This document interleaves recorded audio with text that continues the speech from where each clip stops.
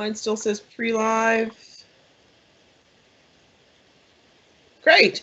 Apologies for the delay. We have had some technical difficulties in ensuring that we had everybody present on the meeting today. So I'd like to start by calling the special meeting of the Board of Police Commissioners to order. I'd like to do a camera and audio check with each commissioner that's on the line to make sure that we can hear you appropriately. Commissioner McDougall, Carol? Yes, I'm here, and I'm phoning in. Great. Commissioner Beals. Carlos, have you joined us? No? Okay, we'll come back. Commissioner Blackburn, Lisa? Hi there, yes. Great. Commissioner Mancini, Tony? Madam Chair, good morning. Good morning, everyone. Great. Commissioner Smith, Lindell? Good morning, I am here. Great. And then Commissioner Thomas is unable to join us right now, but may join the meeting later on. So the agenda was circulated prior to the meeting. Is there any additions to the agenda? If not, can I call for an approval of the order of business, a motion? So moved. Moved by Seconded. And moved by Tony Mancini, seconded by Carol. Was that you? Yes. Great. Call for declaration of conflict of interest. Is there any conflict of interest to be declared for this meeting? No, hearing none.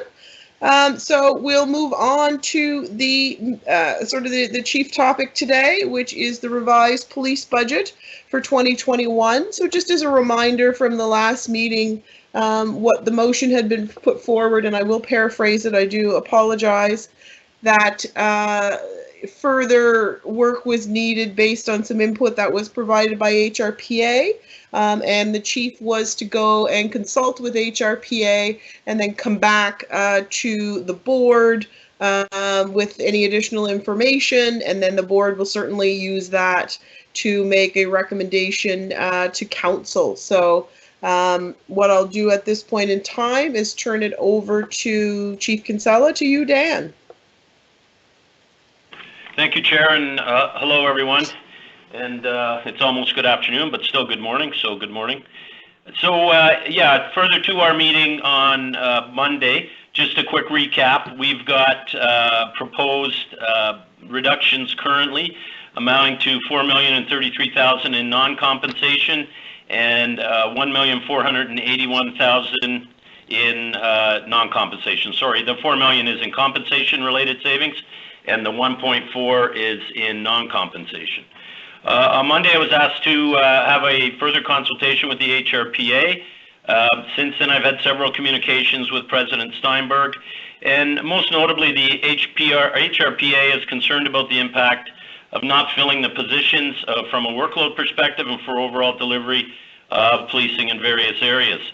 We know we were able to avoid layoffs through this process. However, there are 28 positions that would not be filled under the proposal due to vacancy management and the hiring freeze due to COVID-19. They have made recommendations in three main areas as an alternate to not filling the positions as described in my presentation on Monday. And their main areas are reducing some of the capital budget spend, using reserve funds to address shortfalls, and taking a bit of a different approach on vacancy management through three different mechanisms, which are using reserve officers, early retirement incentives, and hiring retirees on contract. And a number of these proposals have merit, and they fall into two basic categories. So as far as getting money from capital in the reserve fund, we have two main reserves that are available through HRM. And one is around the fleet, and one is around the RMS optimization project that's ongoing. Early on in this process, project managers in both areas certainly did a review. We had input in both of those areas, and it was determined that neither of those areas would be reduced at the time. And as a result of that, We took that off the table at the time. Now, the HRPA has suggested that we have another look at that, and I can tell you that both are critical to how we do business. The RMS optimization project is very important in regards to how we gather data, digital evidence, all those kind of things, and ensure that we're maintaining our operations in that area.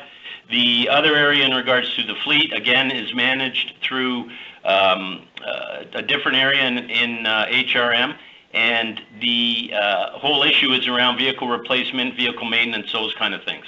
So we have looked very closely at that with our counterparts at HRM, and that's kind of where we sit on those two issues. Dan, Yep. sorry to interrupt you. I just wanted to note for the people that have joined us, Dan is on the phone.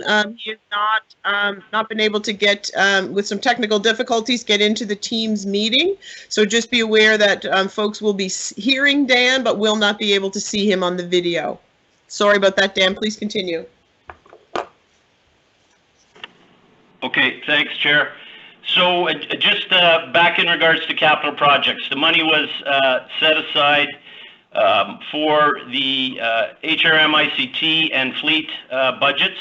As I mentioned, they don't actually sit with us here in HRP. However, we did have input on, the importance of those two items.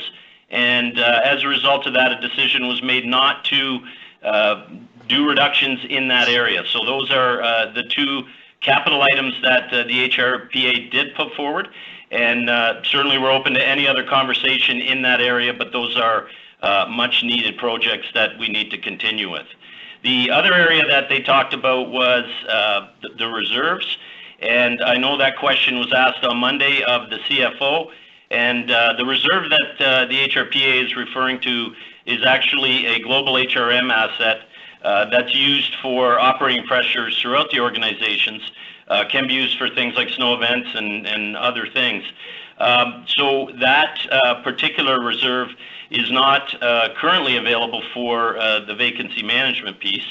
And there is one other HRP reserve that we have related to police on-the-job injury. It's Reserve Q411.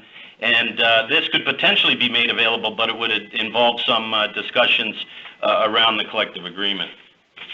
As far as vacancy management goes, we, as an organization, use vacancy management on a regular basis. At any given time, we do have vacancies in the organization, and in normal times, we would regularly be filling those vacancies. For example, during when COVID first came on the scene, we were in the middle of a promotional process for the rank of staff sergeant. So, that obviously has been curtailed by COVID and the health impacts that are related to that. But we regularly have vacancy management on the go. So one of the things that they suggested to look at was the use of reserve officers. And in principle, this is, a potentially good option. It would be another tool that we could use to manage vacancies. And the problem with it is there would be a bit of a delay getting that up and running. So certainly it's something that we can look at. The HRPA acknowledges that that particular complement is not available. That complement of officers needs to come from a trained recruit class, trained by the employer. And much like we graduated our recruit class in the fall of 23 cadets, we were in the planning stages to hold another training class. And to do that, we have to determine how many vacancies we have and how many we'll be able to fill and those kind of things. So that was in the works, again, curtailed by COVID. One of the important things there is it's at least an 18 to 24 month lag to get things up and running, run the course, do the marketing and recruiting and all those kind of things. But certainly for future planning, we would be more than willing to work with the HRPA to ensure that we have this option in the future. It's just not a timely method to deal with the crisis that's before us. Another area that they offered was the early retirement option, and this is also another potential option that we could have to address vacancy management. And, the whole point there would be to encourage some of our highest paid employees to retire voluntarily and have that discussion, and then fill those vacancies with skilled professionals who are trained that come in the organization at a lower rate. So certainly this is an ongoing process on a regular basis.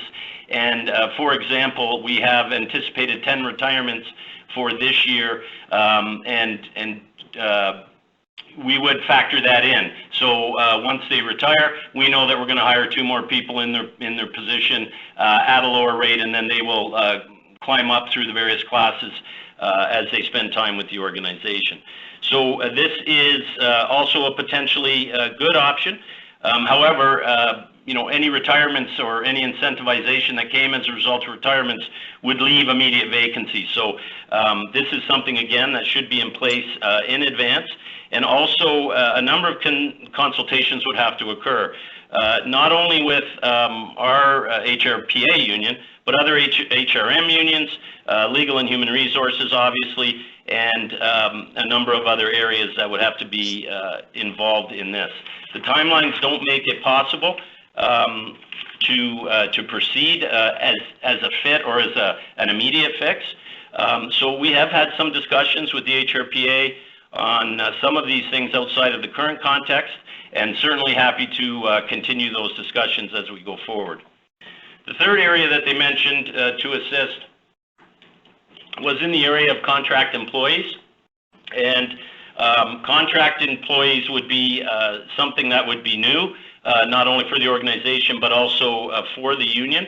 And again, there would have to be a lot of thought put into this, a lot of consultation in the areas of finance, legal, labor relations, human resources.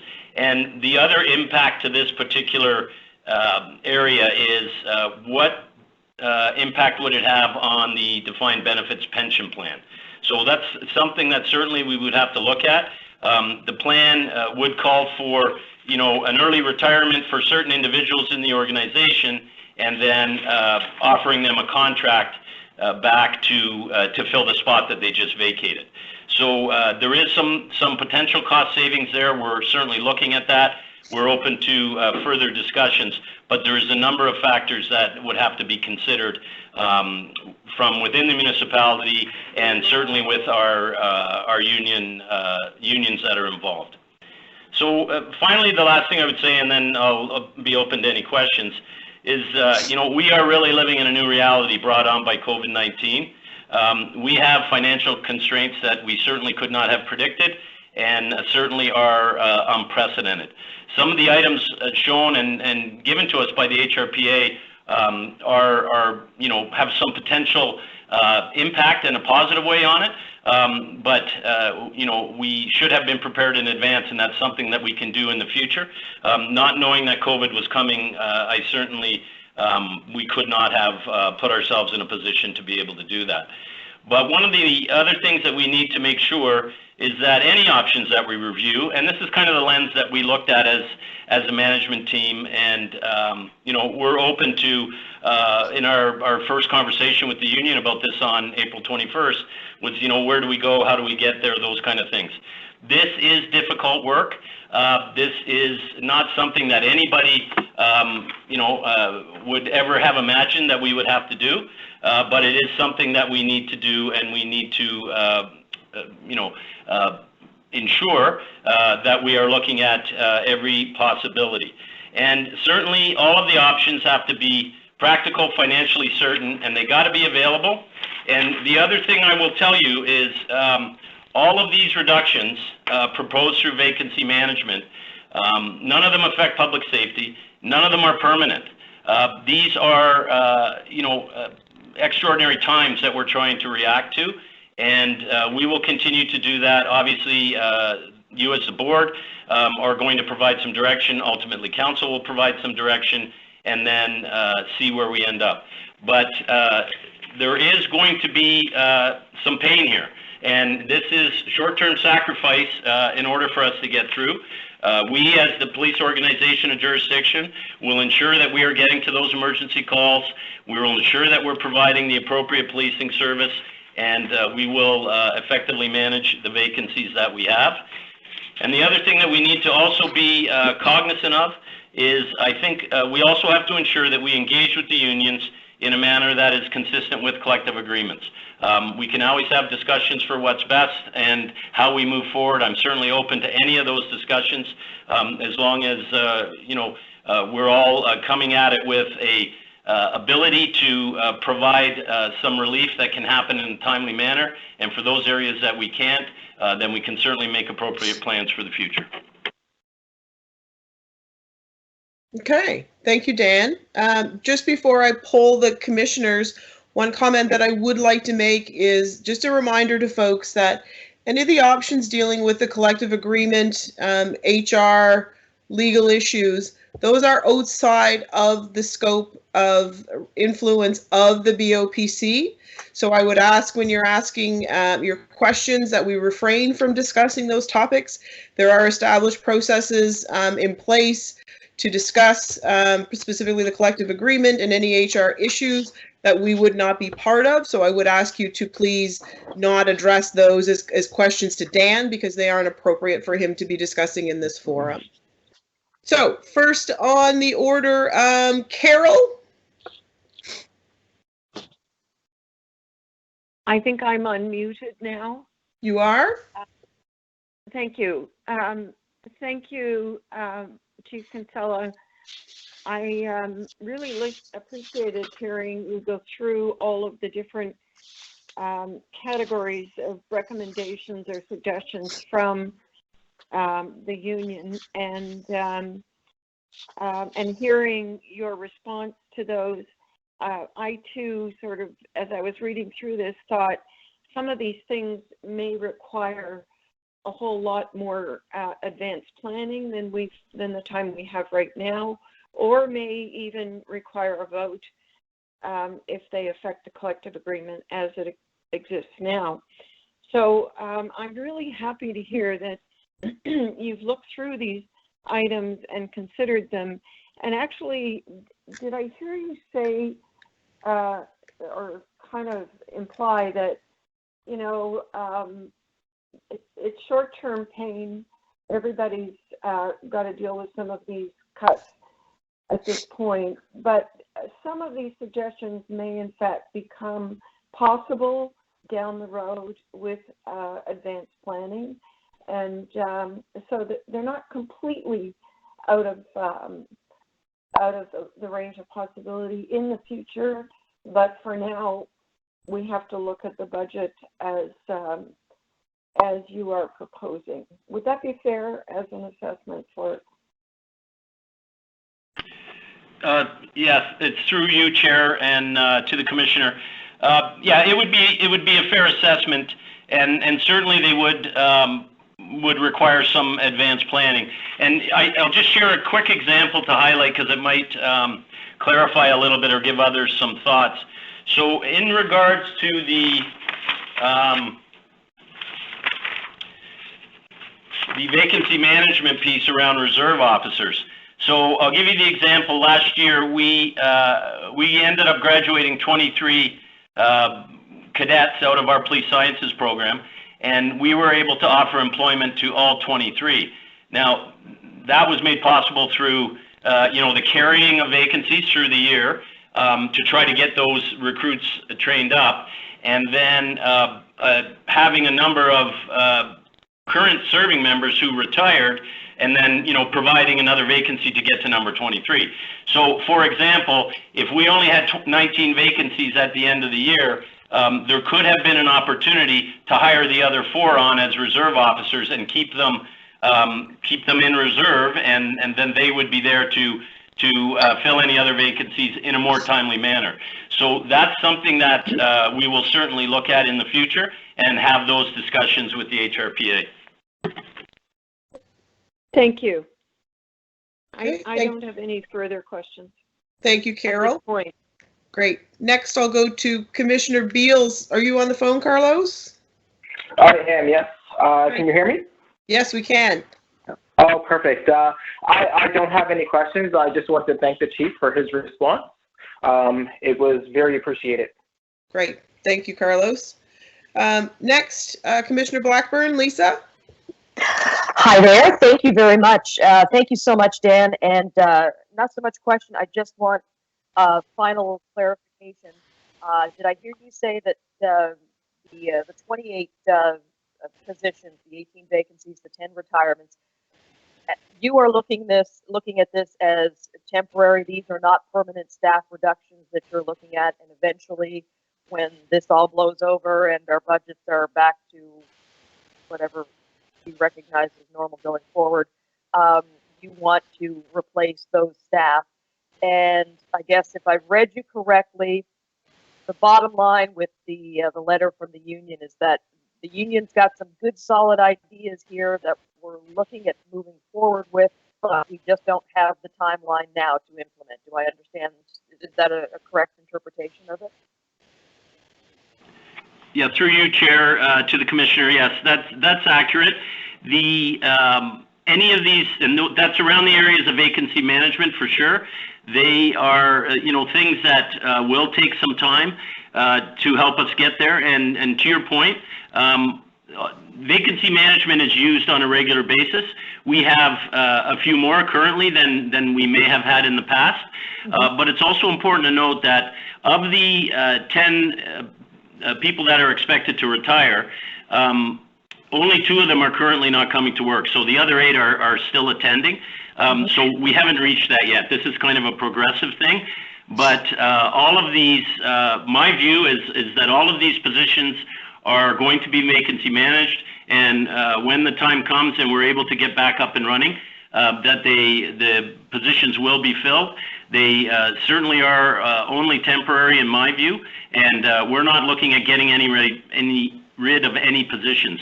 And I can tell you that, in normal times, absent of COVID, we wouldn't be having this discussion. At least I don't think we would. And, hopefully the time will come when we get post-COVID. We know by all information and accounts that is going to take some time.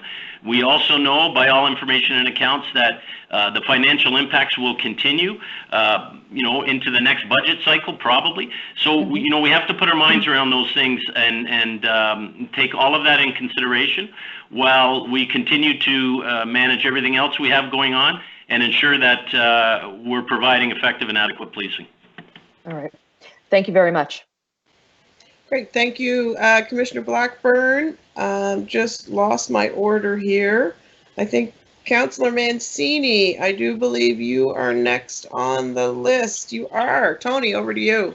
Thank you, Madam Chair. Thank you, Chief, for that presentation and that briefing on your conversations with HRPA.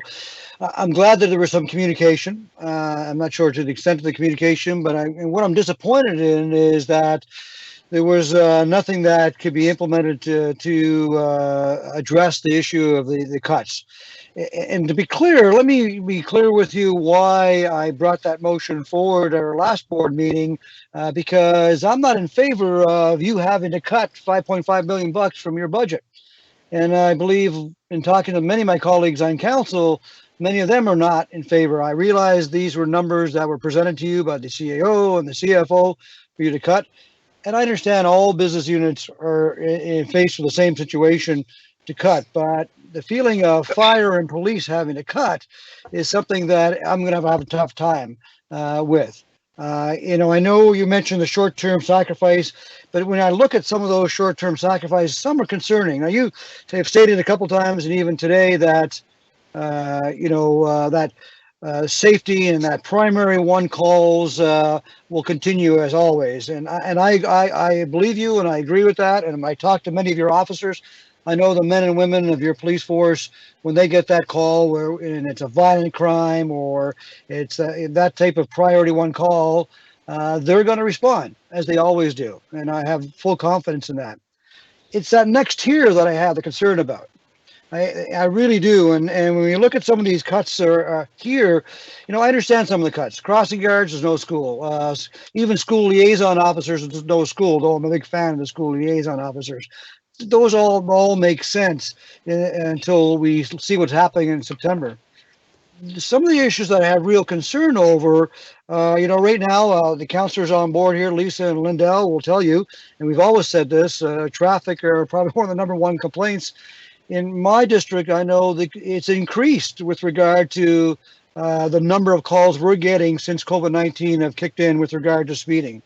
Well, I don't know where the traffic division is. I'm also concerned tying into that the CRO and that's, those positions are critical in our community. And Chief, before your time here, and I'm sure you're aware of this, but before your time here in Halifax, we had in many of our communities, and I look at my district and Dartmouth North and East Dartmouth, we had communities that had lots of drugs and prostitution and a variety of those types of crimes.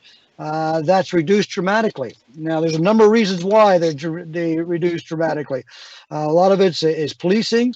A lot of it's the way the municipality handles things in those communities and more safe places for youth and so on. A lot of it is the economy has been really good up until COVID-19, and there were more jobs, and all that factored into those communities and the crimes. But a big element, in my opinion, is the CROs, the community resource officers. They played a huge role in all of that, and the trust that our residents have in our communities to go to our CROs is paramount. They would call a CRO before they would call the normal number to call police because there was relationships established, and there's a long list of examples for that. Even for us as counselors, our communication is with our CROs. Now, we're told no communication with CROs because they're on patrol, and I understand that. But then we're told to call I don't know, and someone told me yesterday, well, we have to call the non-emergency number to have that conversation of what needs to be done. So, I'm really, really concerned about where we're going here. And I know, Chief, it's not your desire to cut your budget by $5.5 million, but I can't support any motion that has our police force cutting to that extent. So I don't know where that leads us today. There is no motion on the floor as of yet. If a motion does come on the floor that says to advance the chief's recommendations on the cuts that he's been told to cut, I can't support that. Now it'll go to council eventually. And I know a number of my colleagues won't support that 5.5 cut. What's the right number? I don't know. What are the solutions? How do we address the vacancy issue of positions? Don't know. I was hoping the conversation with the union would come up with some of those solutions. So I hear from our residents, and they're telling me, during a health crisis right now, cutting emergency services is not what we should be doing to the extent that we're suggesting that. And so this is very difficult for me. And again, I'm not sure what the motion will be by the end of this meeting today, but I'm going to have a difficulty. Oh, I know I can't support a $5.5 million cut. So, Chief, there's no real questions there. I just wanted to help you understand we're in this with you and your officers. And personally, that number you're asked to cut, I think, is not the right number for the benefit of our citizens. Madam Chair. Thank you. I'll move to, sorry, Chief, I know Tony said there was no question in there. I want to give you the opportunity to comment if you wish, but if not, I can move on to the next counselor. No, I'll just make a quick comment, Chair, and I appreciate being given the opportunity. Commissioner Mancini makes good points, and I know that the CROs are community relations officers, whether they be the ones actually in the communities or the ones in the schools, do important work. They have great value, and I can also tell you that during the COVID environment, and it was recognized by the commissioner, the schools aren't open, and there are less people in the community. That will change as time goes on.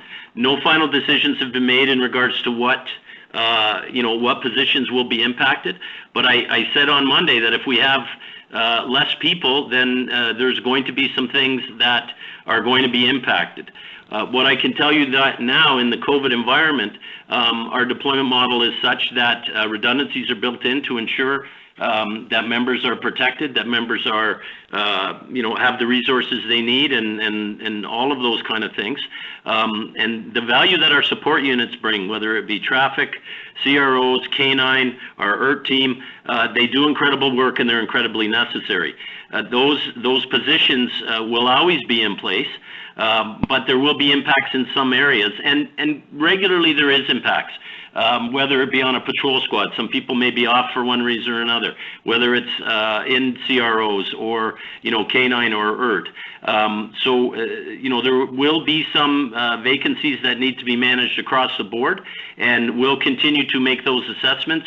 And, the people the members are doing great work, and I know that some of them that are school liaison officers continue to do some of that work while they go out on patrol and those kind of things. So, there is going to be some impacts, you're right, and I appreciate your comments. Great. Thank you, Dan. Next, I'll move on to Commissioner Smith. Lindell. Thank you. And thank you, Dan, for the information so far. So I have to agree with Councillor Mancini as well when it comes to some of the concerns he brought forward. So I need to understand two things really quickly. One is in I might have misunderstood it in the previous meeting, but you mentioned, Dan, that the positions are being looked at now don't affect public safety. So the last meeting you mentioned that some of these positions you didn't want to mention in public because it could have a concern. And I don't know if you used the word public safety or not, but you did say there was a concern of discussing them. So I'm just trying to understand what that concern is. And really the reason why I'm wondering that, because I want to get a better understanding of the positions of what are frontline and what's administration as well. Because maybe as Councilor Mancini says, when this goes to council as a commission, we can say we support this because we're not losing frontline. This is more administration of work that's not being done. Right now, I can't really say what positions are in what area, in what department. Maybe we don't want to get down to the titles of what the positions are, but I'm not really able to understand from the information I have now is just exactly where these positions are being affected. So I don't know if you could provide more information or if that's something we need to go on camera to have a more detailed discussion of just where these cuts are being looked at. Thanks, Commissioner, and through you, Chair. So I can't get into the specifics of our deployment model. Right. But what I can tell you is that, we have obligations, and when people describe the front line, for me, that's the men and women that people see out patrolling in cruisers every day. And with our current deployment model, the police are on the street. They're doing proactive and reactive policing, and they're regularly out there doing that. One of the reasons that we altered our deployment model during COVID, and we had extensive conversations with the HRPA on this, was to ensure that we could provide that function. Because what's happening occasionally with COVID is members who potentially, and I think I've said this before, potentially come in contact, and we have lost up to 14 members that were, being tested, self-isolating, self-monitoring at any given time for various periods of time. So to build in that ability to recover from that takes a great effort, and that's how we ended up with our members currently right now providing that frontline service. Because I think it was agreed upon at the time, I won't speak for the union, but I think we all agreed that that is very important. The other area that's very important and we need to make sure that we maintain is our ability to investigate criminal activity. And we have, again, due to the COVID environment, we have created a deployment model that meets the needs and allows for us to cover should we become infected by COVID. So we will continue to do that and continue to provide those key functional areas. So the frontline response, 911 calls, all the priority level calls, we're continuing to do that. And we're able to do it in the current environment because of discussions and cooperation we had with the union. And we got to a place where, this is going to be temporary through through the COVID response, but there is impacts from that as well. So there is certain things that aren't getting done, but there are certain things that aren't happening because we are in COVID. The bars aren't open, the restaurants aren't open, there's not 10,000 people downtown on a Friday night, so we don't have to deal with those things. However, as we come out of the COVID environment, things will pick up and move forward. The vacancies that we have to manage are not going to all come out of one area. We need to maintain the service as best we can, but there will be impacts from it, and we will manage those impacts. So great. So my other question related to that then, so are any of these positions I don't know how to explain it. I'll try to make it make sense. So in my head it might make sense, but it might not make sense. So just let me know if I need to clarify.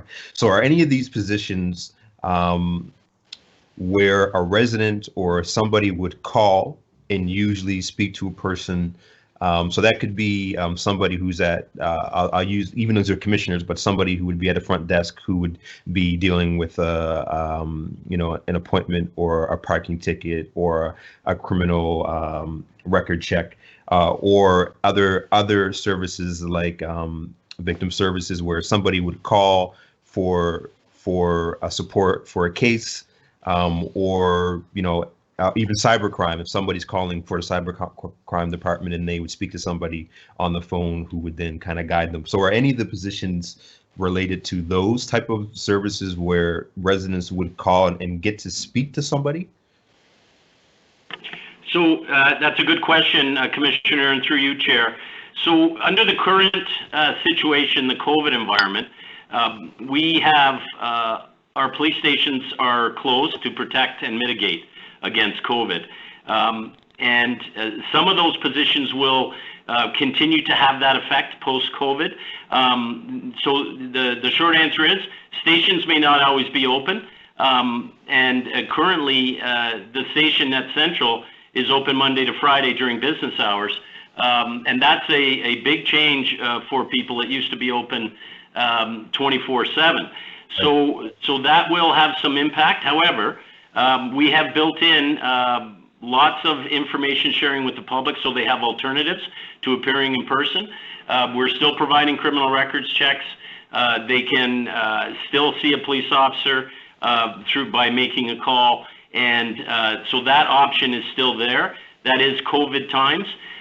With some of the reductions, that particular scenario will continue, and this is really all about providing alternatives to service. And those reductions have an impact. So we'll continue to manage it and provide alternatives for individuals. And even now, if you are, walking down the street and you want to come into Gottingen at 2 a.m, you can't get access currently, but you can make a phone call and you will get service as quickly as possible. But as they are now, some stations will have to remain closed. Thanks. Sorry, some outside recreation activity happening school time at the moment. So that was very helpful, Dan. So thank you. So my last question, then I'll be done, is related to the last piece I said. So when the impacts to people who are looking directly for issues that could be public safety. So right now we know that more people are using computers more than ever. So cybercrime is an issue, and I see we've been putting information out online of just how to be safe around that. And also I see on the Facebook page as well that we've put up many messages around our victim services and support that's offered there and related to domestic violence and others. So when folks are looking for information there, how will these cuts affect those type of areas? So like all areas, anywhere that there is a vacancy, currently someone else is covering the job. They're generally picking up the slack on a priority basis. So that will continue. I can't get into the details of exactly where those particular areas are, but we have to manage that. And as I said earlier, we would on a regular basis. So we have redundancies to cover off, But, for example, there are certain areas of supervision that aren't covered, and we talked about this in December and in January, that are not covered off, and they're currently not covered off. So we have to find other ways to provide the service. And one of those ways is people get put into acting roles. So they cover it off, whether it be as the watch commander or another area. So we always make sure we have people staffed in the critical areas, and we do that through either acting positions. Sometimes we have to do it by calling people in on overtime if that's the case. And this is regular management of our police resources. Sometimes we have to call extra people in depending on the circumstances that we're dealing with. So that will happen on a regular basis as well. And would go on with regular vacancy management. It's just going to be heightened here a little bit longer with the impacts, both in the compensation area and the non-compensation area. Okay, thank you. Great, thanks, Lindell. So I just have a couple of comments, I think, and a question. So I think, first of all, just to follow on Dan's presentation, just a reminder to the commissioners that capital costs are really not included under the, quote, police budget per se. So when we're looking at those fleet costs and capital costs, although they are under Dan's area of responsibility, when it comes to the specific budget that we've been asked to look at, those costs are not factored in there because they are under a separate budget item. I think the other thing just to talk about is that the vacancy management, I think the chief is provided a little bit more detail. And I think really what it comes down to is vacancy management is an ongoing thing because, people look at that 18 and they think, there's 18 positions that are not being filled. Although the positions may not be being filled permanently, there is acting work. There are a number of tools that Dan has available to ensure that that work does continue. And as he mentioned, that's an ongoing part of the operational planning that he does and the deployment planning is to make sure that, he does whatever he needs to do in order to ensure that work goes on and, juggles and manages whatever needs to be managed and adjust where needed. So I think, we will continue to allow him to prioritize that, adjust where needed, use whatever tools that he can, because that is certainly not something new that's happening as a result of COVID, as he stated. I certainly would also like to comment on, the union has done a great job in bringing their concerns forward. Dan has certainly responded to those. And I just will remind people, what Marty had clarified for us is that there is no statutory role for the union as part of these budget discussions within the existing process, but there certainly is an existing process for the union, the Board of Police Commissioners, and Dan to have those discussions, and that is through the MER, the Management and Employee Relations meetings. And that work will continue, along with any work that's done with the union and Dan that doesn't involve the BOPC. So I just wanted to give folks that reassurance that there is a process and a mechanism in place for those discussions with the union that the BOPC does participate in. And I'm currently the representative from the BOPC in those meetings. Councillor Mancini, I hear you, man. I hear you in terms of the level of uncomfortableness that you've expressed, and certainly others have expressed as well. I think we just need to be cautious of, we don't know what council's going to do. So we just want to be careful with trying to, tailor a motion to be consistent with where council's going to go, because we don't know where that is. And you are correct, there is not a motion on the floor at this point in time. I think once we've gone through the discussion, that's when we'll move to the discussion of the motion. But I think, we really have to be aware that we've got to make this decision based on the board's feelings and thoughts and the information that we have in front of us, and not try to account for where we think council may go. We certainly, understand that we make that recommendation to council, and what they do with it is totally up to them. So let's try and make sure that we can and keep those two separate, and maybe they will align, I don't know, but we want to be very sure that we're focused on what our role is today. And I think one of the other things that's key in terms of how we're thinking is it really is early days right now in the pandemic. And I know people are encouraged by the numbers that they're seeing and, you know, what's happening with the number of cases and, you know, things are going to get better. You know, that is all speculation at this point in time. And I think part of the reason for this exercise is we have to be prepared if things get worse. You know, we have to be prepared if, you know, we get, let's say 27 officers that test positive for COVID. You know, we have to be prepared and putting things in place to be able to adjust in that situation. The same way as, you know what, if things get better, as Dan's talked about, these things are not permanent. So I just want folks to keep that in mind as well, because as he mentioned, things have already changed with the closing of offices. That's mean changes in how we deliver services. He's certainly doing an excellent job. You know, I feel at prioritizing what still needs to happen, and that's what we need to continue throughout this. I'm almost done. I know I'm going loud and long and ranty today.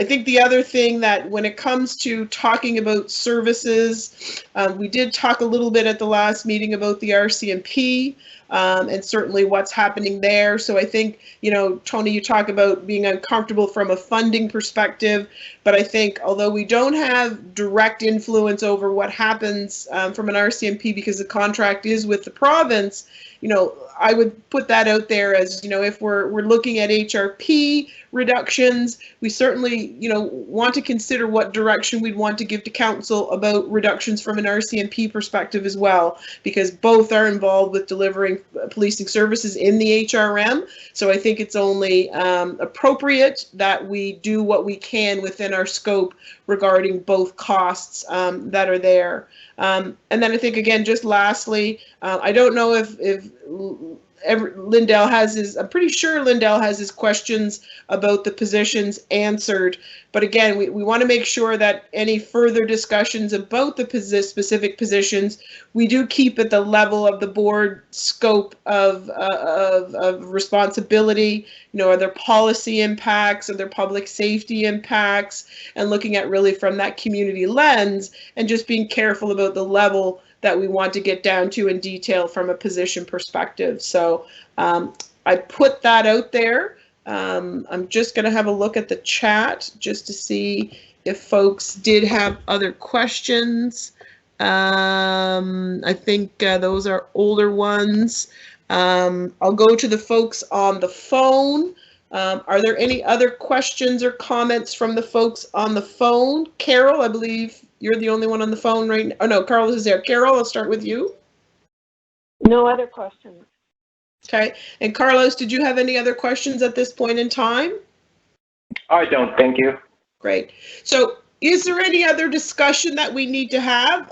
Certainly, you know, from a motion perspective, you know, willing to entertain whatever, but I just want to make sure from a discussion and a question perspective that we've covered everything that the commissioners do require at this point in time. I have a question, Lindell. Sure. Go ahead, Lindell. So when we put the motion forward that will go to council, what's the possibility of us having a motion that would have options? Like, are we able to give a motion that would have options? So I'm making something up in just on the fly. So saying that you can make the cut this way, and it will have this impact, this financial impact. Or if you make the cut this way, it will have this financial impact. Can we send motions like that to council where a decision will be made on a certain one? Or as the commission, do we need to send one motion? This is what we feel is the way forward. I'm not sure. I'll defer to one of my lawyers from a process perspective there. Right. Marty? Thank you, Madam Chair. To the councillor, the statute, the Police Act simply requires that you submit to council the budget, right? It doesn't require that you submit it with a recommendation at all, okay? But you are free, as part of that submitting it to council, to add a recommendation with it. Okay, and whatever recommendation you want that's in relation to your review, right? Okay, but Okay. you don't have to have a recommendation. You could simply just refer it on and let council deal with it, right? Okay. Right. So, does that help? Yeah, so could we in turn then, and I guess this is a question to the commission if they think if it's interesting from what I've heard, could we then send a motion to council with the budget that's presented today, which is I don't have the number in front of me, the 5 million, or could we also send that motion? This is the, the worst, I'm using quotations for folks who can't see, worst case scenario, which is the motion that's being presented to us of what we need to do for our current what's been asked through the chief by the HRM. Or could we say, well, if you were to cut administration, if you were to just cut, I'm going to use the term front lines, but officers or boots on the ground, if you were to cut, I don't know what else, other terms, this is what the impact would be. Like, could we get those high level numbers at council? Or is that getting again too in the weeds? Because really, what I think I want to understand is if we were to not remove the CROs and not remove vacancies that rely on officers who are doing casework, I'll use casework or calls. This is what the impact is. Or if we just were to look at administration, so folks who are maybe not on the ground but are doing administration work that isn't related to the public, this is what that number could be like. Are those things that we can do, or would be of interest at all? And maybe the chief can, I don't know. Can I speak to that? Yeah. Madam Chair? Yeah, go ahead, Marty. To the councillor, I think you have to submit a budget to council. Okay, a budget has to go forward. It can't be 2 budgets, can't be 3 budgets. Got to be a budget. If you want to accompany that budget with recommendations, right, or suggestions in the form of a recommendation, or even questions, you can add that to the motion, right? But you have to go forward with one budget. You can't go with this budget or that budget. Okay. Okay. So then, so it would be, Police Commission recommends that the budget presented, today's budget presented, be presented to council. But the commission also asks that would it be a supplementary, or that recommends that the chief breaks down the impacts by something? I'm making it up on the fly, so I don't know. So could we send the budget, but then recommend that the chief, when presenting to council, have different impacts of the budget or different lines? Is that what you mean? Yeah, I think, but I would do it, if you were going to do that, I would say, but the board recommends that council look at, say, administrative costs in compensation or something, right? Right. Something to that effect, right? Okay. Just suggesting that council may want to look at something, and then council has ultimate discretion. They can decide to look at that or not look at it, right? Right. So chief, I'm just wondering, because you can't dictate. You don't want to be in a position of trying to dictate to council how they're going to handle the matter. Exactly. Yeah. So chief, I'm wondering, is that something that would make things difficult? Is that something you'd be interested in us looking forward, or do you think sending it the budget the way it is of interest? And I think Tony has a question as well.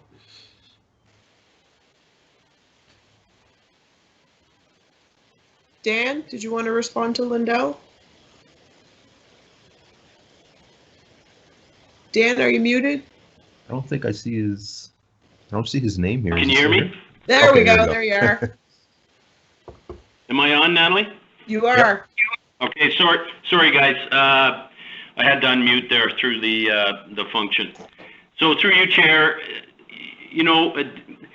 the proposed reductions are pretty much across the board in all areas of compensation and non-compensation. So as far as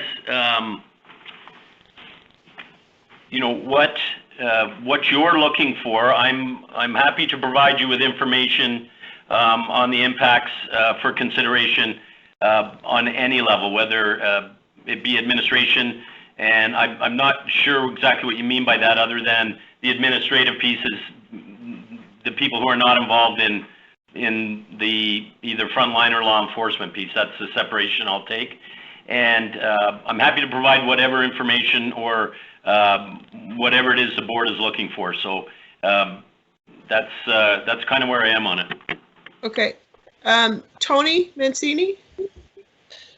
Thank you, Madam Chair. I'd like to follow on what Commissioner Smith has said. You know, if a motion goes forward today, I want to be crystal clear, and the motion is simply, here's the motion, $55 million cut, and the cuts are, that'll be a nay for me, crystal clear. If the motion goes forward, here's the $5.5 million cut. However, here's two other scenarios. Maybe it's 4.5 and another one's 3.5. And it's up to the chief to determine in his team what those cuts are. I think it's crystal clear to the chief what our concerns are. And I hear those same concerns from other colleagues at council. That I would say, okay, I could put a yes on that because there's some options. I think that's what Councillor Smith was getting to. There are some options. Determining for me to say you should cut this position, that first of all is not, I don't think, our role, and it's difficult for me to say. But it's the dollar amount that I'm concerned, and it's the impact on service. So if we saw a motion with, as you said, Marty, with maybe some alternatives, and then to the chief to determine what that looks like, I'd be okay with that. Thank you. I'm going to just go to John Traves next. John's asked to add on something from a process perspective. John? Thank you, Madam Chair. Just in terms of council, the obligation on HRM's budget is for the CAO to table the estimates and a budget for council to consider. And so before doing that, the chief, based on the targets that the CAO and staff have provided, have come to council for input on what that budget is. Council is not free to amend the recommendations from the board. They either accept them or reject them and send them back to the board.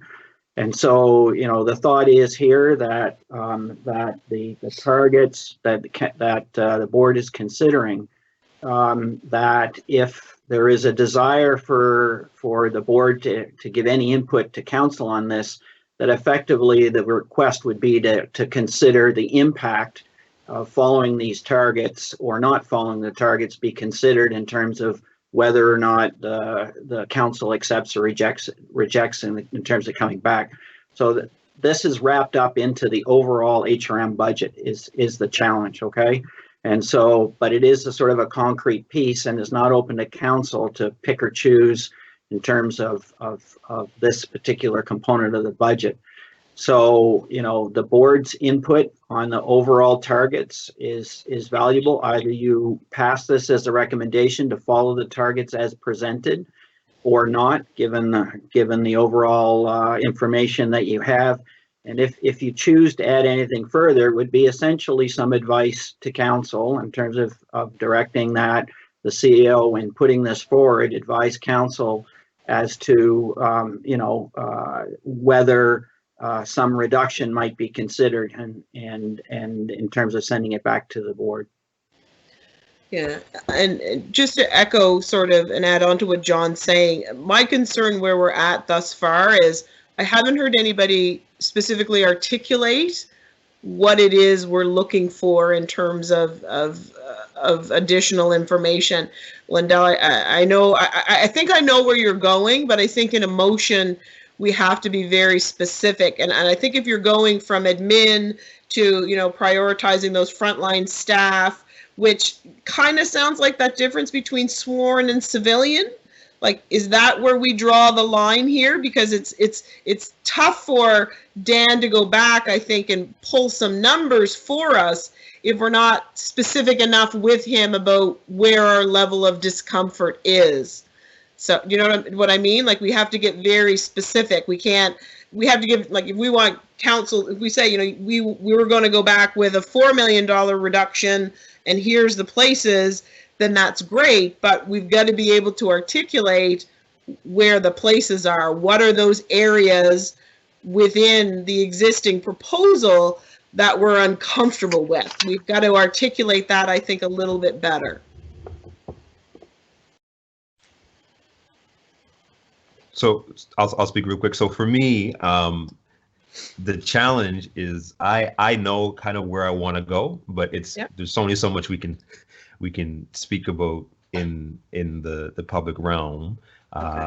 So that's where I'm struggling, because there are certain aspects of the proposal that I am concerned about. But again, as we said, we don't really want to get too deep down into what positions are what and how those effects on that. That's why I was kind of, as Tony said, leaving it up to the chief to kind of look at, well, what would be the impacts. I don't want to make the difference between sworn and non, because I think there are people who work in departments who are non-sworn officers that do very important work.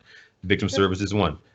Those, no one in that office is sworn, but they do really important work. I've worked with them many times on different community issues, and so I would hate to, as you said, make that separation of officers or civilians, because I don't, they're putting one group against another.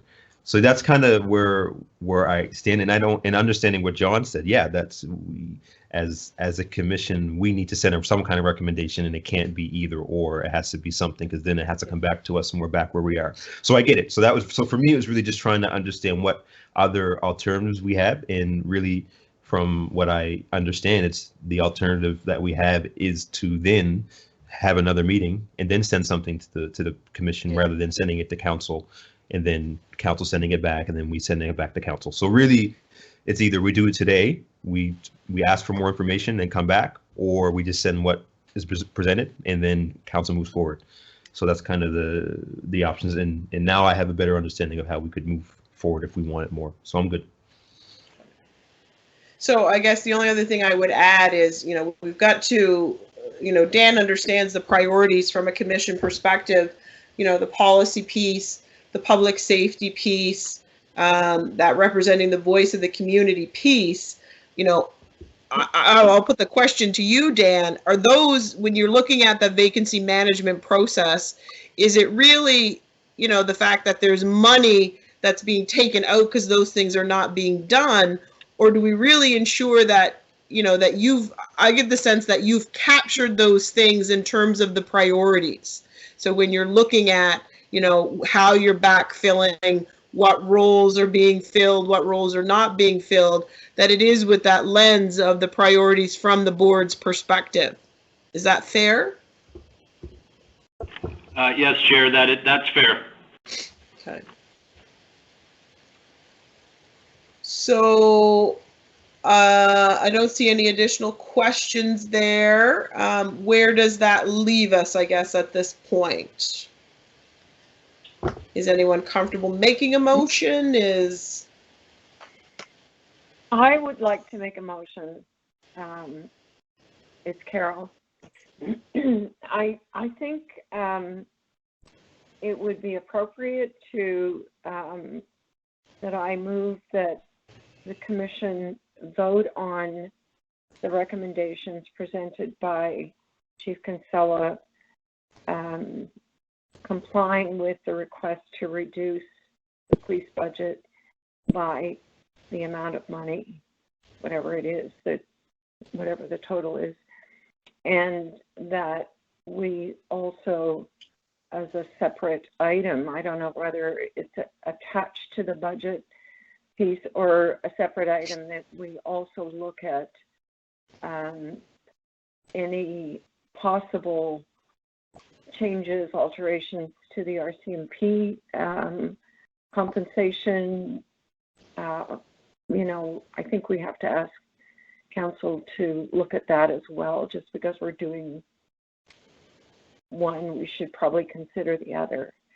The part that I'm unsure of is the next stage that Lindell and Tony have referred to, and I'm kind of unclear about what they would like to add to this, to kind of as an instruction to council. Are they wanting council to think clearly about the decision that they make to cut this amount of money from the police budget, or do they want to get deeper into whatever those cuts mean? I'm unsure about that, and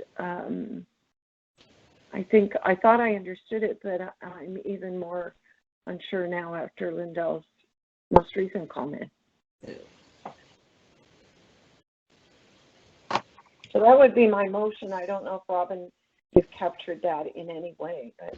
Do you want to just restate it again, Carol? And I would just ask that you include the dollar value, which is 5.4 million, if I'm correct. Okay, I move that the Board of Police Commissioners forward the revised HRP police budget to council with the reduction of 5.4 million, and also ask that council consult with the province concerning the RCMP budget so that any discussion about reductions could be included at the same time as, I don't even know how to finish that part. Yeah. So just to be clear, the number's 5.5 million, so we'll just reflect that in the motion. Yeah. So let me just restate it for you, Carol, and you can tell me if I got it right, that you're moving that the Board of Police Commissioners accept the revised HRP budget as presented by Chief Kinsella with reductions in the amount of 5.5 million, and provide further directions with council to have discussion with the province about the opportunities for savings in the RCMP costs of policing. Yes. So Carol's put the motion on the floor. Is there a seconder? I will second Commissioner Beals. Okay. So discussion on the motion. You can just use the chat. That would be great if you'd like to speak to it. And Tony Mancini, I see you're in there. Thank you, Madam Chair. Thank you, Carol. So to be clear, I'll be voting against the motion, though we need to get this to regional council, because I think we're stalling here having a Board of Police Commission. When it goes to regional council, at that point in time, we'll address reducing that cut that's in front of the chief right now. 5.5 is unacceptable. And so at council, we will have our discussions. At that point in time, we'll figure out what's the numbers, or maybe wanting the chief to go back and look at a lower number to be cut. So thank you. Lisa Blackburn, you have a question that you want to ask? Yeah, I'm just wondering if it's possible to get Janice to weigh in on the funding for the RCMP, because it's mentioned in the motion, but just need some clarification around the process that they're going through right now.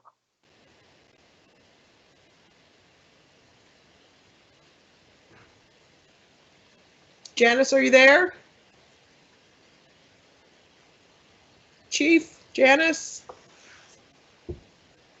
Is she still on the call? I'm just going to check the list of participants.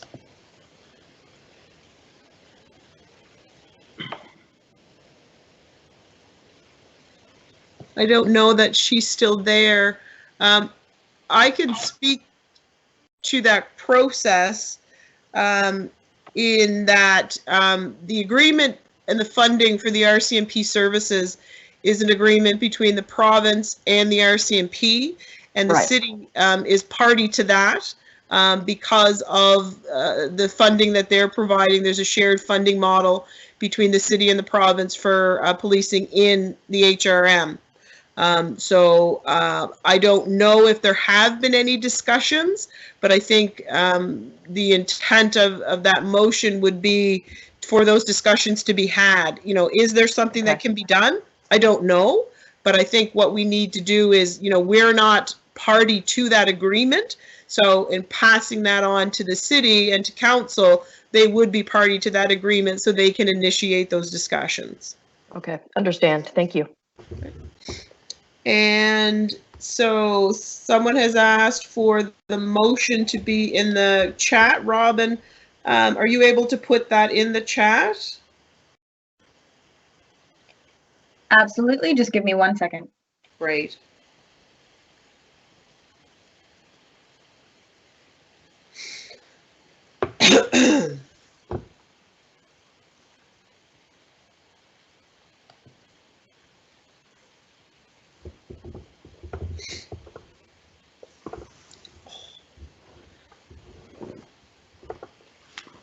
I need a better chair. There we go. Gotta get comfortable here.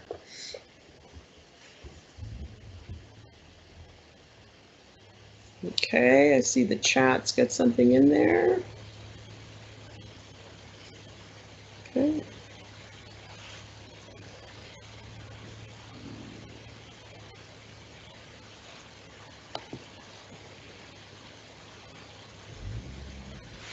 Okay, so the motion is there in the chat for folks to look at. Is everyone able to see that?